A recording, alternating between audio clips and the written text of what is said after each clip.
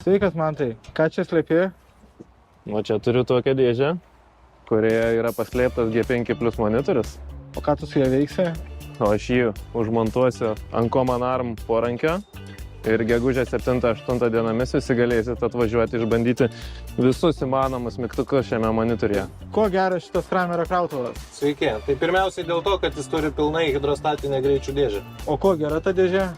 Aš vis girdžiu tą patį klausimą, tai atvažiuokit gegužės 7 dieną į Kauną, gegužės 8 dieną į Šiaulius ir patys pamatysit. Man tai ar gali trumpai papasakot, kas čia vyksta?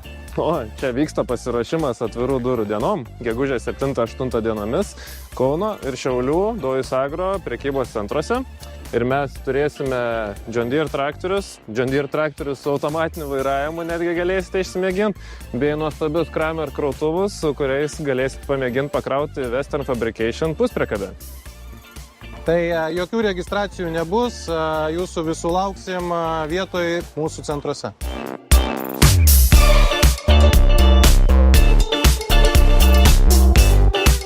Mantai, koks jausmas važiuoti su John Deere traktoriu? Puikiai. O šitą galiu imti?